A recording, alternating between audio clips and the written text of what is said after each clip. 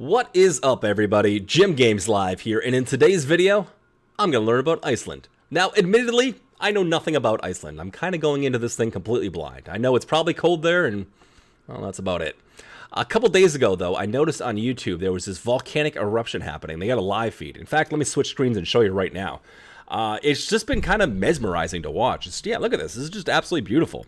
I'm not sure if in Iceland it's normally like this, or just volcanoes everywhere, but we're going to learn that today. Hopefully I'll learn a little bit more about the people of Iceland, the culture of Iceland, maybe some of the foods. That'd be great. If you're new around here, please consider liking and subscribing. I do this sort of thing all the time, and I'd love to have you here with me. All right, let's get right on into the video. Let's learn about Iceland. It's time to learn geography now! Hey everyone, I'm your host Barbie. So full disclosure before we start, my pronunciation for Icelandic words is gonna suck so bad in this episode. I do not advise you to play a drinking game for every time I mispronounce something. You will get alcohol poisoning and you might die. I repeat, you could die watching this. Iceland! Just the name invokes an obvious clue about where it is geographically. First of all, the country is located at the confluence of the Atlantic and Arctic Oceans east of Greenland and just south of the Arctic Circle. The country is divided into 6 constituencies, 3 big ones, and 3 of which are confusing because they basically just split up the most populous areas in the west. Reykjavik is the capital and the northernmost capital in the world, which is split into 2 constituencies, north and south, whereas the southwest constituency is divided into 4 non-contiguous exclaves, but they still act as 1 constituency, not 4. So it's 6 small separate entities that act as 3 constituencies. Get it?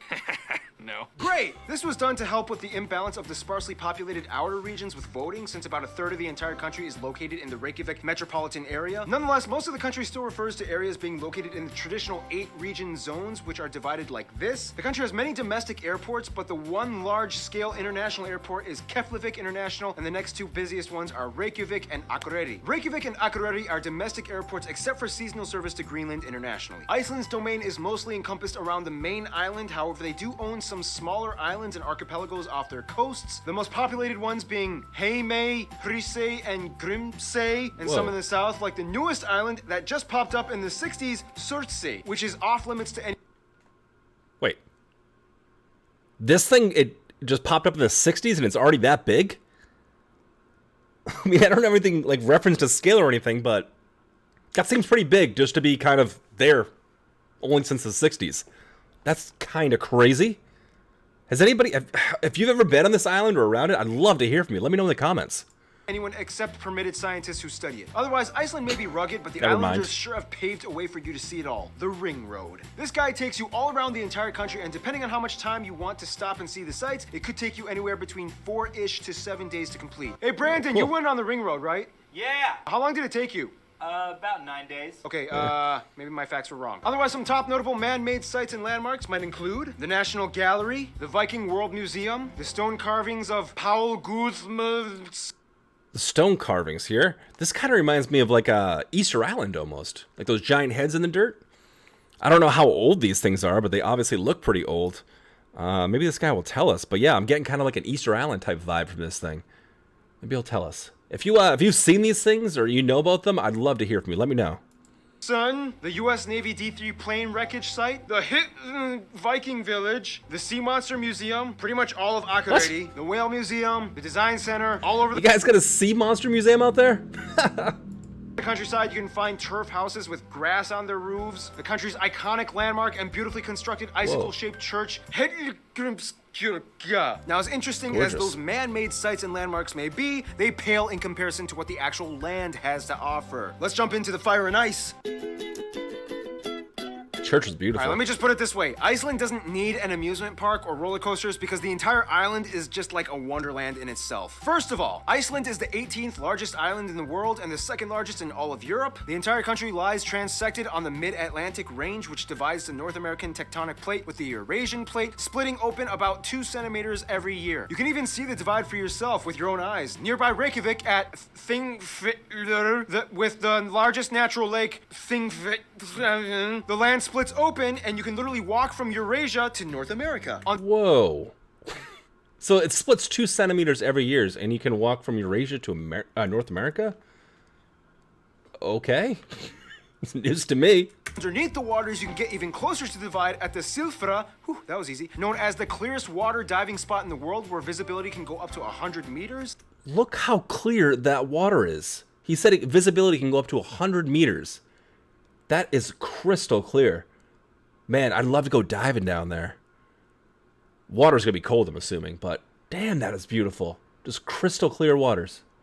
Over 80% of the country is mountainous, with the tallest point, Kvandalshnukkur. 11% of the country is covered with 6 main glaciers, the largest one in the southeast, Vatnajökull, and the smallest one, which just erupted in 2010, Eyjafjallajökull. With hundreds of volcanoes, and about 30 of them are consistently active, as the longest river, the Þjórsá. Okay, so volcanoes are just a thing out there. It's not. This wasn't something random that this thing popped up. This live feed. So this just happens all the time out there. They said there's hundreds of volcanoes, 30 of them are active. This one's very active. This is a live feed of it. Look at that thing popping off. My ADD is going off the wall. I gotta go back to the video. But yeah, that amazed me. Okay, so Iceland is very volcanic. I'm learning. Here we go. Meanders through the deep central Hofsjökull glacier to the ocean. So basically, the entire island is geothermal. Everywhere you go, chances are you can probably find a natural hot spring hidden somewhere in the remote wilderness. Not only that, but Iceland also harbors and capitalizes off of this unique, valuable resource as much as possible. When the first Vikings came in, they were like, Wow, it is cold in here. I mean, I knew Norway was chilly, but dang! is there anything here we can use to not, like, freeze to death? Yeah, they killed a lot of sheep and made more wool clothing, but then eventually they found out how to generate power with the hot springs. Geothermal energy... So hot springs. They just showed a couple pictures of those things. Are they... I got a stupid question for you guys, but can you bathe in those things? Can you just like go in one, or are you gonna boil to death if you go in one? Are they that hot? I don't know. Is it like a jacuzzi, or is it like a pot of boiling water? I don't know. It'd be kind of cool to bathe in it if you could. provides about a quarter of the country's power alone, and the rest is mostly hydroelectric from dams and renewable sources. Oh yeah, sustainable energy. Only about 1% of their land is arable, mostly confined to the south peripheral lowlands where root vegetables and kale and cabbage and cauliflower are grown, alongside numerous geothermal heated greenhouses that harvest warm climate produce like tomatoes, cucumbers, and yes, even bananas, making Iceland the northernmost banana producing country in the world. Of course, the country also hosts a unique variety of Arctic wildlife like puffins, foxes, seals, narwhals, and the national animals, the griff falcon, and the famous highly accredited Icelandic horses. Even your horses are metal. Look at that hair.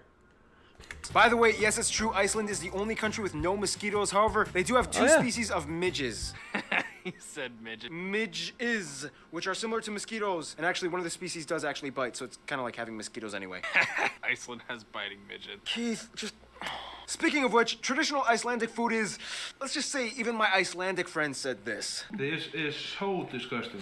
Why would anyone eat this? All right, Yeah, let's just what say do you the got? Vikings Show me. had some very unorthodox tactics when it came to food preservation. Dishes like sheep's head, stockfish jerky, head cheese, sheep testicles. All right, so they can call it head cheese like they just did. Midget. Keith, just... Speaking But of which, sheep's head? traditional Icelandic food is... Let's just say even my Icelandic friend said this. This is so disgusting. Why would anyone eat this? Yeah, let's just say the Vikings had some very unorthodox tactics when it came to food preservation. Dishes like sheep's... Okay, sheep's head. This, all right, it's got sides, so I don't think this guy's just like kind of making fun of this. Like, I mean, look at this. This is like the whole face. Sometimes I'll have head cheese where it'll just be like the meat part of it, but they get the bone on there and everything. I'm not sure if they took the eyeball out. Looks like maybe it's been de-teethed. I don't know. With a healthy side of vegetables and potatoes. Ugh. I don't know. I don't know about that one. That's a little too close to the animal for my enjoyment, I think. head, stockfish jerky. And what is stockfish jerky? Is just jerky, like just fish jerky? All right, so this is head cheese. This is what normal head cheese normally looks like. It's face, all right, but they call it head cheese, so it's a little bit more digestible, I guess. That cow's head thing, or that head thing there, I don't know. When you can see the facial features, I don't know if you really want to eat that. But this is like what's kind of like, you see this in like fine dining restaurants and stuff. Looks like those are like some, I don't know, probably like organic peppercorn type things or something. It looks like a little bit, maybe some vegetables. But that's the thing. It's like almost like this gelatin mold. But this, the face, when it looks like that, when it's looking back at you, and you can pet it, you'd be like, I don't know. Cheese, sheep testicles, and the famous haukar. What is it exactly? Yeah, what is well, it? let's just say... Hey, so I got the shark, but it's poisonous. How do I eat it? Oh, I know. Let's bury it into the ground until it smells like urine, then dry it out for a couple months, and then cut off the brown crust, and then serve it. Yeah, obviously. Okay, so essentially what that is kimchi. They take like cabbage and vegetables and stuff, and they bury it for a while. They come back up, and it ferments in there, and it gets kind of spicy. Apparently, they're doing it with meat too, and that works as well. Now, I know back in the day they used to bury food as like a preservation thing, like they didn't have refrigerators and stuff like that. So maybe that's where it kind of came from. But it sounds like some sort of meat kimchi. I don't know. Let's keep going. There are some delicious redeeming Icelandic foods, though. They are That known looks for good. making some amazing smoked lamb served with bean salad and grilled haddock and herring dishes. You can literally drink almost any water from any stream, pond, Nice. or lake or river in Iceland. The whole island kind of acts like a filtration device for the glaciers. You have places like the smooth, conical... No way. Dude, look how beautiful that is. That is absolutely gorgeous. That looks like a screensaver. Fell Mountain. Brandon has a tattoo of that. The Skaftafell Crystal Ice Cave in Vatnajökull. The Kjolur Trail. I mean, look at this over here, like that little spring over there. Look how crystal clear that water is. Wow. And obviously you got some steam shooting out of that thing. Okay, so this island is very volcanic, and it's splitting in two. It's a violent island. In the Highlands, literally like every 5 Wow. kilometers, you'll find a waterfall. And That is insane. Hold on, I want to take back. I gotta see that the again. Skaftafell Crystal Ice Cave in Vatnajökull. The Kjolur Trail in the Highlands, literally like... Iceland is gorgeous.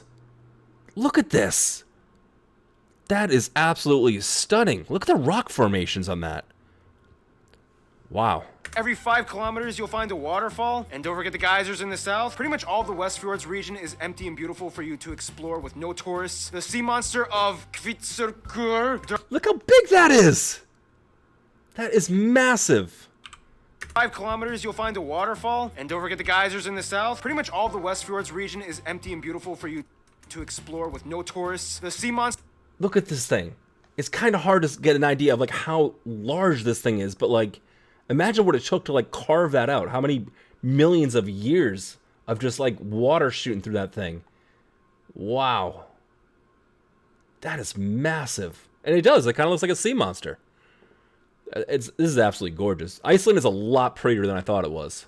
Monster of Kvitserkur, Dragni Island, Grjótgjá Caves, Mayfell Green Volcano on black sand beaches, Krafla What? and Naumskarth, Drangsnes hot tubs, the largest hot spring Knukver, and the open exposed fossils of Hagbjanjar. Oh, cool. Skarthbur. If you went against my disclaimer and played that drinking game, you should be in an ambulance by now. Speaking of drinking, Icelanders are awesome people to socialize with. All right. Let's meet them, shall we? Let's learn about the people of Iceland. Now, if the Nordics were a family, Iceland would be like the little brother that got lost at sea from a shipwreck, got stranded on an island, and became a wild man. First of all, Iceland has a population of about 335,000 That's people it? and is the most sparsely populated country in Europe. About 92% of the country identifies as ethnically Icelandic, about 4% are Polish, and the remainder are other immigrants from all over, mostly Nordic, West European, and a few Asians mixed in as well. They also use the Icelandic kroner as their currency, they use the Type C plug outlet, and they drive on the right side of the road. Now, being Icelandic is actually very unique genetically in contrast to the rest of their Nordic cousins. Basically, way back yeehaw, the Vikings were like, hey, we're sick of Norway. Let's make a new home. Oh, but wait. We need women. But most of the Norwegian women were like, So they made a quick stop to the British Isles and kidnapped a bunch of Irish and Celtic women and brought them over. You can't just kidnap the Irish girls? I can see why. About 70% of all their women, that is. To this day, a typical Icelander actually has a portion of Irish or Celtic roots in their blood. Now, no way. obviously, if you are one of the few lucky people that hasn't ended up in an ambulance yet, you'll have noticed that the Icelandic language is incredibly unique, often touted as one of the hardest languages in the world to learn. I mean, half the time the letters make no sense. F can make a V or a P sound, sometimes P and a T make a F sound, sometimes the G makes a W sound. These two letters both make a Th sound, and sometimes when there's two L's, it makes like a sound. Most Nordic peoples have a hard hard time cracking the Icelandic code. Except for the Faroese people on the Faroe Islands. They seem to have a similar sense of pronunciation and grammar as the Icelanders. Icelandic and Faroese are the closest languages to ancient Norse out of all the Nordic languages. If you give them a script written in ancient Norse, chances are they could probably understand it. No way. Really? Are they like that secluded and that's so like far off from like everyone else that like their language is still like in tune to how it was? They can literally read old Nordic script? That's pretty cool. I wonder if that's true. If that's true, please let me know in the comments. That's cool. Whereas Norwegians, Swedes, and Danes are like, ha! Nope. Now, because of its small population, Icelandic culture is very communal. Chances are everybody either knows each other or they know somebody who knows another person. Therefore, an ingrained sense of trust kind of roots itself in the mindsets of most people. This is why Iceland has one of the lowest crime rates in the entire world, sometimes topping off at #1. And also, as of 2014, they were elected the world's most peaceful country according to the Global Peace Index. Oh, by the way, in Iceland, nobody technically has a surname. They just adopt the last name dependent on their father's first name, and they just add son or dotter after it. So for example, a man named Alex with a father named, I don't know, Bjarki would be named Alex Bjarkison, or if it was a woman, her last name would be Bjarki dotter. Sorry Bjarki, you just popped in my head. You rock, man! Hope you're doing well. Icelanders are thrill seekers. They live in an extreme landscape, so they make the best of it, and they will ski, paraglide, rappel, skate, dive, jump, and experience anything that gives them adrenaline. Some of the top notable Icelandic people might include founders of Iceland, Ingolfur Arnarsson and his wife Hedvig and brother Kjorleif, Leif Erikson, the first president Svein Björnsson, musicians Sigur Rós of Monsters and Men, Emiliana Torini, Moom, Goose Goose, of course the most famous Bjork's from over there? I had no idea Bjork was from Iceland. Wow. And Monsters of Men, or of Monsters and Men. I just discovered them. President Björk, Oscar-nominated director Friedrich Thor Friedrichsen, Hutthor Laxness, handball superstar Olafur Stefansson, Magnus Örnskjöld, Fionn Paul, and of course everyone's favorite strongman Hapthor, or Thor the Mountain. Oh, the mountain's Julius from over there. Björnsson. Now, as small as Iceland is, they've made a huge impact in the world's media outlets. Somewhere in the late 90s and early 2000s, words... Yeah, okay, so these guys are like, it looks like they're in some kind of spring over here. I'm assuming that's what it is, unless it's just some kind of pool, but this seems like it's some sort of natural spring they're just kind of bathing in. That is so cool. Spread fast, and to this day, tourism is almost getting out of hand as they get over 3 times their own population in tourism every year. Whoa. Hotels need to be built, staff need to be hired, and diplomacy is key in operating the whole deal. Which brings us to... I mean, I guess I kind of understand it. I mean, if your population is only like 300,000 people, but like getting triple your population coming in through tourism, I just hope those tourists don't trash the whole place and ruin it. I'm sure you guys got it under control, but it just looks so like naturally beautiful and like untouched by man almost, you know? I'd hate for tourism to ruin this place. Now, Iceland has a problem. A good problem. Too many people like him now, and it's all happening too fast. First of all, Iceland has always had good ties to the USA and Canada. The US was the first to recognize Iceland as a state after independence, and both countries not only give some of the biggest business, but also house the largest communities of Icelanders outside of Iceland. Finland is like the mysterious, cool new rebel friend that they just made. They enjoy both being outsiders because although they are both Nordic, they are not considered Scandinavian. When it comes to humor, they totally get each other and click instantly with dry, semi-dark undertone jokes. Sweden is like the older brother that they love but is too busy working on his flowcharts to hang out with. Denmark is close, although Danes practically have no idea what skiing is considering their flat landscape. Most Icelanders learn Danish in school first before they learn English, even though they think it's pretty useless. When it comes to their best friends, most Icelanders I've talked to have said Norway and the Faroe Islands. As mentioned before, Icelanders have historical roots to Norway, and the two have had very close relations, especially since they both can relate to being subjugated under the Danes at one point in time. The Faroe Islands are like their weird cousins that totally get them and love to hang out with. It's a magical moment when an Icelander meets a Faroese person. In conclusion, Iceland is a land where cold meets hot, old meets new, small yet big, horrible fermented shark meets your dinner plate. I hope you're still alive, and if you are, stay tuned because the big guy, India, is coming up next. Wow. I didn't realize how absolutely stunning Iceland is. Let's go back over here to this volcano. I didn't realize how beautiful it is out there. I mean, I thought it would have been pretty, you know, some cool scenery and stuff, but like, it's pretty gorgeous. I mean, the waters were crystal clear. I'd love to go diving out there. They mentioned this you know, trail you could go around, which goes around the whole place or whole island rather, and you could travel all around the outskirts of Iceland in 9 days. Man, I would love to do that. Just like get a backpack and just go. It looks gorgeous. You know, what's really intriguing too was like those the rocks that were like caved into them, the little sculpture things, whatever they call them. It reminded me kind of like Easter Island. I'm not sure if they're old like that or if it's kind of like a newer phenomenon or whatever the case may be. I was also surprised to see how volcanic Iceland was, you know? I mean, obviously, what you're seeing right now is live. There's a volcano going off. They said they have hundreds of volcanoes out there. Hot springs were everywhere. Of course, they're into things like skiing and hang gliding and obviously diving and stuff with beautiful waters and, you know, awesome mountains and stuff. Well, I mean, why wouldn't you? The food was a little shocking to me. A little shocking. I mean, they had some awesome lamb dishes and, you know, classic dishes that you find everywhere else in the world. But the head cheese thing, you know, the balls, I don't know. Not for me, you know. I usually try anything once, but if I can literally pet my food and be like, oh, you were probably a cute animal, I'm probably not going to enjoy it, you know, even if it's the most delicious thing in the world. If you've ever had any of that stuff, I'd love to hear from you. Put it down in the comments. Let me know about some of Iceland's food or most disturbing food or weirdest food. I'd love to hear from you. But yeah, Iceland's beautiful. I'd love to visit someday. That's why I do this thing. I'm trapped inside due to Corona. I can't travel anywhere, and I figure if I'm stuck inside anyway, I might as well learn about different cultures and countries, and that's kind of what we're doing here today. If you enjoyed today's content, please consider liking and subscribing. Leave me a comment if you're from Iceland or you have any information you'd like to share from me. I'd love to hear from you. All right, guys. Have a great night.